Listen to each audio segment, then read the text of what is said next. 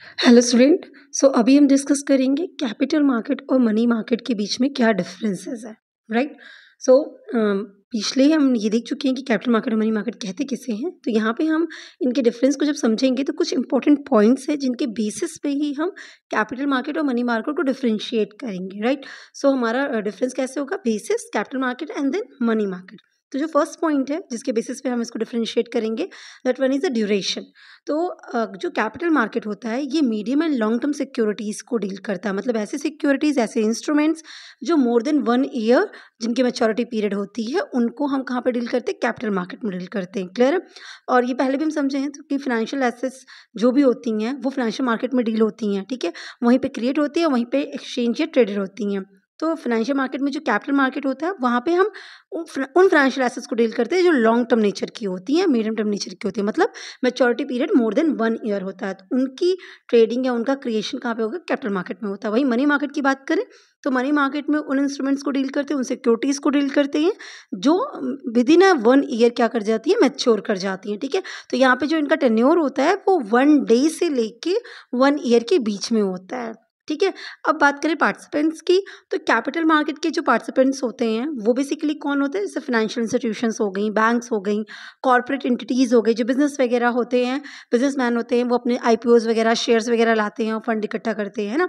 Foreign investors होते हैं या जो जनरल पब्लिक है उनमें कोई इन्वेस्टमेंट करना चाहता है, या इन्वेस्टर्स होते हैं या उनके पास शेयर्स हैं उसको सेल करना चाहते हैं, तो वो भी होते हैं। तो ये सब क्या होते हैं, कैपिटल मार्केट के पार्टिसिपेंट्स होते हैं। वहीं मनी मार्केट की बात करें तो मनी मार्केट के जो पार्टिसिपेंट्स होते हैं वो आरबीआई होती है, बैंक्स होते हैं, फाइनेंशियल इंस्टीट्यूशन होते हैं और फाइनेंस कंपनीज होती हैं जिनको आरबीआई के थ्रू परमिशन मिली होती है। ठीक है, नेक्स्ट जो हमारा बेसिस होगा वो होगा इंस्ट्रूमेंट। तो अगर इंस्ट्रूमेंट की बात करें तो कैपिटल मार्केट में जिन इंस्ट्रूमेंट, जिन सिक्योरिटीज, जिन फाइनेंशियल एसेट्स को डील किया जाता है वो हमारे इक्विटी शेयर्स होते हैं, डिवेंचर्स होते हैं, बॉन्ड्स होते हैं, प्रेफरेंस शेयर्स होते हैं, है ना। ये जो लॉन्ग टर्म नेचर की जो सिक्योरिटीज होते हैं, डेरिवेटिव्स वगैरह होते हैं, वो सब आपके कहाँ पे, कैपिटल मार्केट में डील किए जाते हैं। ठीक, वहीं मनी मार्केट की बात करें तो मनी मार्केट में जो शॉर्ट टर्म डेब्ट इंस्ट्रूमेंट्स होते हैं, जैसे ट्रेजरी बिल्स हो गया, ट्रेड बिल्स हो गए, कमर्शियल बिल्स हो गए, कमर्शियल पेपर्स हो गए, सर्टिफिकेट डिपॉजिट्स हो गया, ये सारे के सारे कहाँ पे, मनी मार्केट में डील किए जाते हैं, मतलब यहाँ पे उनकी सेल परचेज होती है, उनको क्रिएट किया जाता है। राइट। अगर हम इन्वेस्टमेंट आउटले की बात करें कि कितना फंड की रिक्वायरमेंट होती है, तो कैपिटल मार्केट में बहुत हैवी फंड की रिक्वायरमेंट नहीं होती है, बहुत ज़्यादा फाइनेंशियल आउटले नहीं चाहिए होता है। ठीक है, क्योंकि थोड़े से भी, जैसे जो शेयर्स होते हैं या जो बॉन्ड्स वगैरह होते हैं जनरली वो क्या होते हैं कि 100 रुपया पर शेयर्स है, तो उनके लॉट्स निकलते हैं, तो थोड़े भी पैसे से आप काम कर सकते हैं। तो मनी मार्केट जो है, कंपैरिजन टू कैपिटल मार्केट, वहाँ पे आपको ज़्यादा मनी की रिक्वायरमेंट होती है, क्योंकि ये काफ़ी एक्सपेंसिव इंस्ट्रूमेंट होती है, शॉर्ट ड्यूरेशन के लिए होते हैं, सेफ एंड सिक्योर होते हैं, इसीलिए ये एक्सपेंसिव भी होते हैं। राइट। नेक्स्ट जो हमारा बेसिस होता है वो हमारा होता है लिक्विडिटी। ठीक है, लिक्विडिटी मतलब नियर टू कैश कन्वर्टिबिलिटी। तो अगर हम कैपिटल मार्केट की बात करें तो अगर मनी मार्केट से कंपेयर करें तो कैपिटल मार्केट लेस लिक्विड है। ठीक है, मनी मार्केट के कंपैरिजन में कैपिटल मार्केट लेस लिक्विड है, अदरवाइज वो भी लिक्विड है पर मनी मार्केट से कम है। और मनी मार्केट की अगर बात करें तो ये हाईली लिक्विड है, क्योंकि यहाँ पे शॉर्ट टर्म ड्यूरेशन की सिक्योरिटीज़ को डील किया जाता है। तो वो ऐसे सिक्योरिटीज़ है जो साल भर के अंदर ही मैच्योर हो जाने वाली, उनका रीपेमेंट हो जाने वाला है। तो ये क्या होता है, ये आपका लिक्विड ज़्यादा होता है। और यहाँ पे क्या होता है, जो रेगुलेटिंग अथॉरिटीज़ हैं उन्होंने DFHI स्टैब्लिश की है स्पेसिफिकली इसी पर्पज़ के लिए कि मनी मार्केट के इंस्ट्रूमेंट्स को जब भी सेल आउट करना हो, जब भी उनको डिस्काउंट करना हो, तो जैसे भी आपको कैश में उसकी कन्वर्टिबिलिटी चाहिए तो वो ईजिली आपके पास अवेलेबल हो। इसी रीज़न से, इसी पर्पज़, इसी ऑब्जेक्टिव की वजह से discount finance house of India DFHI को स्टैब्लिश किया है। राइट। नेक्स्ट जो हमारा बेसिस होता है वो हमारा सेफ्टी होता है। जब हम बात सेफ्टी की करें तो इसका मतलब ये दूसरा पॉइंट देखिए तो कितना रिस्की है ना। अगर ये सेफ है तो ठीक है, अगर सेफ नहीं तो इसका मतलब रिस्की है। तो कैपिटल मार्केट के जो इंस्ट्रूमेंट्स होते हैं, जो सिक्योरिटीज़ होती हैं, वो रिस्की होती हैं। ठीक है, वो दोनों पॉइंट ऑफ व्यू से रिस्की हैं।